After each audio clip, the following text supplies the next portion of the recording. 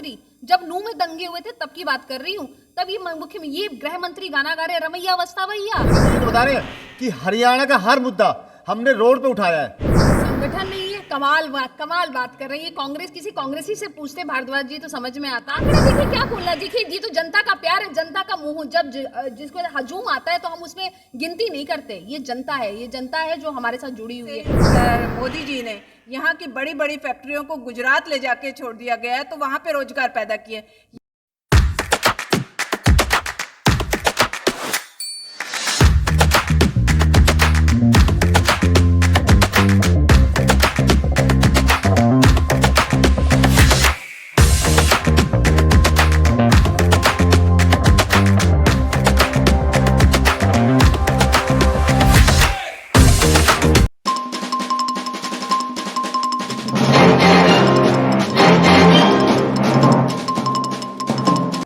Okay, नमस्कार। मैं SK Bhardwaj, SK news world में आपका स्वागत है। मैं हूं गुड़गांव आम आदमी पार्टी के कार्यालय में। आम आदमी पार्टी बेरोजगारी के मुद्दे पर धरना प्रदर्शन कर रही है कल पूरे गुड़गांव शहर के अंदर।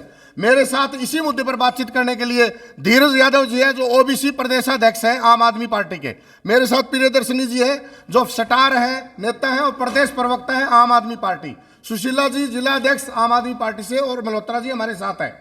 इन सभी का मैं स्वागत करता हूं। आइए इस मुद्दे पर इनसे बातचीत करते हैं, इनका क्या कहना है। धीरज जी नमस्कार। नमस्कार जी। धीरज जी, आम आदमी पार्टी बेरोजगारी के ऊपर लड़ाई लड़ रही है। क्या वोट बैंक देख रहे हो आप युवाओं में? क्या 2024 के इलेक्शन सिर पे इसलिए प्रदर्शन कर रहे हो?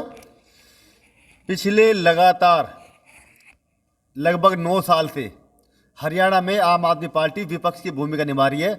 कांग्रेस की अब की बार 31 सीट आई थी, घर में बैठे हैं। तो हमारा काम तो क्या है, जनता के मुद्दे उठाने। और ये तो मुद्दा है, अगर 9 साल बाद भी हरियाणा में 25 लाख बेरोजगार हैं तो जिम्मेदार कौन है? भाजपा और जेजेपी। तो ये तो लोगों को जागरूक कर रहे हैं हम। कल हमारी पार्टी ने बहुत बड़े स्तर पे करनाल में सीएम का घर का घेराव करा। सर, आप ये क्यों नहीं कहते कि ये हमारा वोट बैंक है? युवाओं में आप अपना वोट बैंक देख रहे हो। अगर आप जागरूक कर रहे होते तो आप ओबीसी के बड़े लीडर हो, प्रदेश सत्र के लीडर हो। कितनी बार आपने प्रदेश सत्र पे मीटिंग की है युवाओं के साथ? मैं ये कह रहा हूं कि हम लगातार 9 साल से विपक्ष की भूमिका निभा रहे हैं। ये तो बता रहे हैं कि हरियाणा का हर मुद्दा हमने रोड पे उठाया है। क्यों, हमारा विधानसभा में तो सदस्य कोई है नहीं, तो हर मुद्दा हमने रोड पे उठाया है, जनता के बीच में लेके गए हैं। और ये जो मुद्दा है, ये कोई बुराई है? 25 लाख बेरोजगार है हरियाणा में, अगर उनका मुद्दा उठा रहे हैं तो अच्छा काम है, बुरा काम कोई है ये? और सरकार की नाकामी है कि इतने 9 साल होने के बाद भी अगर वो रोजगार ना दे पाए तो ये बीजेपी और जेजेपी सरकार दोनों फेल है। चलो, सरकार फेल है सर। मैं विपक्ष की बात कर लेता हूं, मैं आपकी बात कर लेता हूं। आप प्रदेश सत्र के नेता हैं। मैं दोबारा रिपीट कर रहा हूं उसी क्वेश्चन को। आपने कितनी बार बेरोजगार युवाओं के साथ हरियाणा के विभिन्न जिलों में जाके मीटिंग की उनके साथ? मैंने बिल्कुल करी है। कहाँ करी है, बता सकते हैं आप? हाँ, मैंने गुड़गांव में करी है, फरीदाबाद भी करी है, मैं महेंद्रगढ़ भी गया था। और जो प्रदर्शन हो रहे हैं इसमें खाली हमारे कार्यकर्ता नहीं है, इसमें जो बेरोजगार है रियल में हरियाणा में, वो जनता भी हमारे साथ आ रही है। जनता आ रही है सर, क्योंकि जनता त्रस्त है, जनता दुखी है, इसलिए आ रही है। मैं आ रहा हूं सर आपके पास। प्रियदर्शनी जी, आप प्रदेश प्रवक्ता है।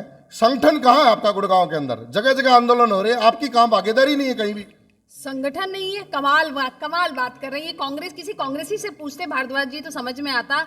आज 10 साल से उनका कोई संगठन नहीं बना है, लेकिन आज आम आदमी पार्टी ही एक ऐसी पार्टी, मात्र एक ऐसी पार्टी है जिसने सबसे फास्टेस्ट क्विकेस्ट संगठन बनाया है।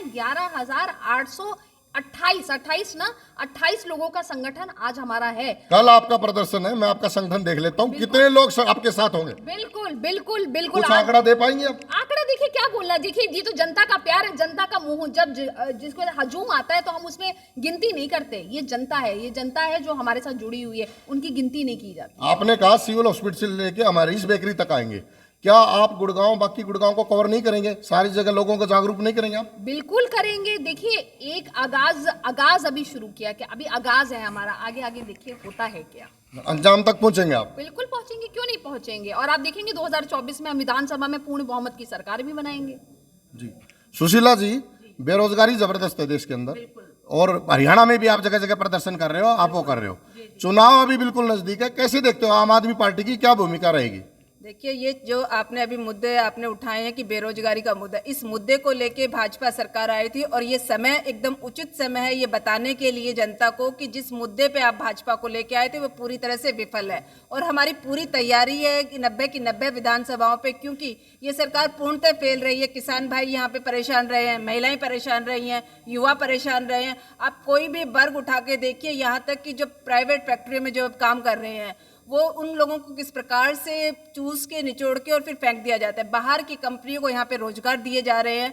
तो मैं जानना चाहती हूँ, जैसे विदेशों में क्या होता है कि एक तरीके से फॉर्म भरे जाते हैं, काबिल बच्चों को पैसा भी सरकार मुहैया कराती है कि एक अच्छा रोजगार बना सके। तो ये सब सुविधाएं हमारे देश में भी हो सकती हैं, बशर्ते नीयत होनी चाहिए। अब हमारी पार्टी जब यहाँ पे 2024 के चुनाव में जीतती है तो मैं आपको बताऊंगी कि किस प्रकार से रोजगार पैदा किए जाते हैं। ये एक पढ़ी लिखी पार्टी ही बता सकती है कि युवाओं को जो एनर्जी है उसको कैसे सही दिशा में दिखाया जा सकता है। साथ ही आपको मैं बता दूं कि जिस प्रकार से मोदी जी ने यहाँ की बड़ी बड़ी फैक्ट्रियों को गुजरात ले जाके छोड़ दिया गया है, तो वहाँ पे रोजगार पैदा किए। यहाँ पे आई हुई कंपनियों को वहाँ पहुँचाना साबित करता है कि मोदी जी देश के प्रधानमंत्री होते हुए भी आज भी गुजरात को फायदा पहुँचाना चाहते हैं, स्टेट को फायदा पहुंचा रहे हैं। बिल्कुल। मैं आ रहा हूं आपके पास सर। जब प्रधानमंत्री स्टेट को फायदा पहुंचा रहे, गुजरात को फायदा पहुंचा रहे, तो आम आदमी पार्टी हरियाणा के युवाओं के हितों की लड़ाई लड़ने के लिए सड़कों पे क्यों नहीं उतरती? इसका उदाहरण कब बता तो रहा हूँ। कल करनाल में पूरा हमारा संगठन पूरा सीएम आवास का घेराव करा, और कल आने वाला कल जो है हर जिले में हर नुक्कड़ पे हमारी आम आदमी पार्टी युवा को जगाने का काम करेगी। तो हम तो कर रहे हैं काम। यूपी लोकसभा चुनाव में जुम्मे 3 महीने ही बाकी है। आम आदमी पार्टी गुड़गांव के अंदर दमदार प्रदर्शन कब करेगी? कल देख लेना, कल देख लेना आप। और हम तो जनता के मुद्दे उठा रहे हैं। जिस मुद्दे को लेके भाजपा सरकार हरियाणा में आई थी उसी मुद्दे पे वो फेल हो गई है, और आम आदमी पार्टी ने दिल्ली और पंजाब में करके दिखाया है कि रोजगार देने की नीयत हो तो बड़ा काम कुछ नहीं है। और इसी के संबंध में कल पूरे हरियाणा के में हर जिले में हमारा जग जागरण अभियान चलेगा। प्रदेश स्तर पे ओबीसी मोर्चा कितना मजबूत है? हमारा लगभग 22 जिलों में से 17 जिलों में हमारी टीम बन चुकी है, और 5 जो है वो 2-4 दिन में डिक्लेयर होने वाली है। और आने वाले कुछ समय में पूरे ओबीसी संगठन की हम मीटिंग लेंगे। जी प्रियदर्शन जी, सरकार कह रही है हम कौशल विकास योजना के तहत रोजगार दे रहे हैं। आम आदमी पार्टी हल्ला कर रही है, हम तीसरी बार आएंगे, डंके की चोट पर बोल रही है खट्टर सरकार। देखिए, कौशल विकास योजना या इनकी कोई भी योजना, जैसे कि उज्ज्वला योजना इनकी हुई थी, मैं खुद, ऐसा नहीं है कोई सुनी सुनाई बातें, मैं खुद दौरा करके आई हूँ। जब गांव में गई तो मैंने देखा कि वो सिलेंडर तो है, लेकिन वो गरीब महिला अब उसमें चूल्हा कैसे दोबारा जलवाए, तो ये एक बहुत बड़ा होता है। पोर्टल इनके चलते नहीं है। ये सरकार की मैं कहते हैं ना, पोर्टल द्रस्त सरकार है, इनको दस्त लग जाता है। तो ये हकीकत है इनके बारे में कि इस सरकार सिर्फ बतौलेबाजी है। अगर आप आंकड़ों पे जाओगे, अगर सरकार बतौलेबाजी है हाँ। तो ये तीसरी बार सरकार बनाने का दावा कैसे कर रहे हैं? 2 बार क्यों सरकार है इनकी? 18 स्टेट में सरकार क्यों है? खट्टर साहब के सिर्फ बड़े बोले हैं, बड़े बड़े बोलते हैं। इनका खुद का गृह राज्य मंत्री जो है अनिल विज जी, उन्होंने एक भजन मंडली बनाई है, आपको मालूम है, वीडियो वायरल है। उसमें वो सिर्फ अपने 7-8 जिसको कहते हैं चमचों के साथ बैठ के गाना गा रहे, रमैया वस्ता भैया। एक गृह मंत्री, जब नूह में दंगे हुए थे तब की बात कर रही हूँ, तब ये गृह मंत्री गाना गा रहे, रमैया वस्ता भैया। मतलब ये तो हद है। आप ये देखिए ना कि आप इस किस्म के पदों पे आ चुके हैं और इस किस्म की हल्की हरकतें कर रहे हैं। इससे आप क्या दर्शाना चाहते हैं? आपको ना शिक्षा की पड़ी है ना रोजगार। एक इंपॉर्टेंट सवाल है, आप आंदोलन से निकली हुई पार्टी है जी। क्या आंदोलन से देश की दशा बदली जा सकती है? जयप्रकाश नारायण का आंदोलन, मैं उसी का एग्जांपल दे रहा हूँ। Indira is India, India is Indira था। इंडिया आयरन लेडी थी इंदिरा जी, उनको भी झुकाया। जयप्रकाश का आंदोलन ने देश की दिशा बदल दी। तो आप ऐसा आंदोलन क्यों नहीं खड़ा कर पा रहे? एक चीज और बोलना चाह रहा हूं इसमें, अरविंद केजरीवाल उस समय बिजली की लाइट खुद खंबे पे खड़े होकर काटते थे। अरविंद केजरीवाल ने आंदोलन किया, तीसरी बार मुख्यमंत्री है दिल्ली के आज। तो क्या आम आदमी पार्टी गुड़गांव में ऐसा संगठन, क्या आप कमजोर है क्या? प्रदर्शन, देखिए आपने बड़ा अच्छा सवाल पूछा कि आंदोलन से क्या दिशा बदलती है। हमारे देश में ना 3 बड़े आंदोलन हुए थे। पहला आंदोलन हुआ 1990 में, मंडल आंदोलन, ठीक है, जब वीपी सिंह ने रिजर्वेशन का, आपको मालूम है, लोगों ने छात्रों का ही आंदोलन था वो। मंडल का विरोध किया था, मंडल आंदोलन। हाँ, तो आप ये सोच सकते हैं उसमें लोगों ने अपने आप को जला लिया, छात्रों ने जला लिया, डॉक्टरों ने जला लिया था, सबने देखा था वो वीपी सिंह के टाइम पे। उसके बाद एक आंदोलन हुआ जयप्रकाश नारायण का आंदोलन, समग्र क्रांति का नारा पटना के गांधी मैदान से। जयप्रकाश जी का आंदोलन पहले हुआ था, हाँ, पहले वही मैं जानती हूँ, पहले हुआ था, उसके बाद हुआ था 90 में, ये हुआ था 870 जयप्रकाश जी का इंदिरा के टाइम में। हाँ, इंदिरा के टाइम पे हुआ था। अब आप ये सोचिए कि ये दोनों आंदोलन हुए। अब तीसरा आंदोलन इस देश में कौन सा हुआ? जो आंदोलन अन्ना आंदोलन हुआ था। अन्ना हजारे जी हमारी जो आम आदमी पार्टी जिससे बनी, आंदोलन से निकली हुई पार्टी, हमने कष्ट सहे। अन्ना आंदोलन जो हुआ उसमें तो मिठाई आपने खाई ना, सत्ता की जो चाशनी थी उसमें आपने मिठाई पकाई ना, कि अरविंद केजरीवाल जी उसमें मुख्यमंत्री बने, देखिए, मोदी जी उसमें पीएम बन गए, किरण बेदी जी उसमें राज्यपाल बन गई। आम जनता को क्या मिला? आम जनता को क्यों नहीं मिला? हाँ, आपके वो वादे। आज आप दिल्ली को देखिए, एक्चुअली में देखा जाए तो अमृतकाल दिल्ली में चल रहा है। आज स्कूल अच्छे, सरकारी स्कूल। मैं आज किसी से बात कर रही थी, मेरे घर पे कोई एक इलेक्ट्रिशियन भाई आए थे, दिल्ली से बुलवाया था मैंने किसी काम के लिए। आप यकीन नहीं करेंगे, वो बोलते मैडम काश मेरे जमाने में भी ऐसे सरकारी स्कूल होते तो मैं भी पढ़ लिख जाता। आज उनका बेटा सरकारी स्कूल से निकला हुआ आज इंजीनियरिंग कर रहा है। तो आप ये कभी सोच सकते थे कि सरकारी स्कूल से निकला हुआ बच्चा आज इंजीनियरिंग करेगा? आईआईटी जैसे इंस्टीट्यूट। अरविंद केजरीवाल जी कहाँ पढ़े थे? आईआईटी से पढ़े। किसने बनाई थी? कांग्रेस ने बनाई थी।